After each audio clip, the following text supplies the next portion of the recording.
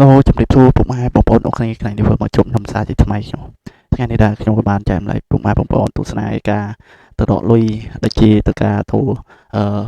បាទភាសាវៀតណាមគេហៅថារូបផ្ទៃដងភាសាខ្មែរយើងគេហៅថាដកលុយមានតែមានតែវីដេអូមួយនេះខ្ញុំក៏ចែករំលែកជូនពុកម៉ែបងប្អូនទស្សនាដូចជាការដកលុយនៅប្រទេសវៀតណាមវាជាយ៉ាងម៉េចហើយមុនដំបូងគឺខ្ញុំជួយlike ជួយ share ជួយ subscribe ខ្ញុំអ្នកមួយផងដើម្បីខ្ញុំមានកម្លាំងចិត្តកម្លាំងកាយ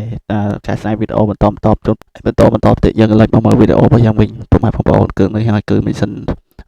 ដកលុយរបស់នៅប្រទេសវៀតណាមហ្នឹងហើយនេះហើយជាថែរបស់ខ្ញុំកាតរបស់ខ្ញុំបើវៀតណាមគេហៅថែដល់បើខ្មែរយើងគេហៅកាតដកលុយហ្នឹងឥឡូវខ្ញុំចាប់ផ្ដើមនឹងដកលុយខ្ញុំនឹងចុចចូលអក្សរវៀតណាមចឹងយើងចុចលេខសម្ងាត់របស់យើងចូលពុកម៉ែបងប្អូនគឺមាន6លេខយើងដាក់លេខហ្នឹងក៏បានដែរបន្តទៀតយើងចុចចេញសញ្ញាដកលុយហ្នឹងហើយគេមិន50,000 100,000ហើយនឹង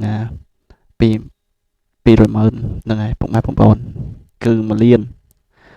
នៅវៀតណាមគេហៅមកជាដើមគឺមកព្រាវដើមកងភាសាខ្មែរយើងគឺហៅ1លានដង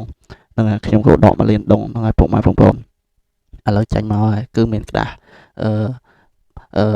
500,000ច្រឡឹក200,000 2ច្រឡឹក100,000 1ច្រឡឹកគឺមានន័យថា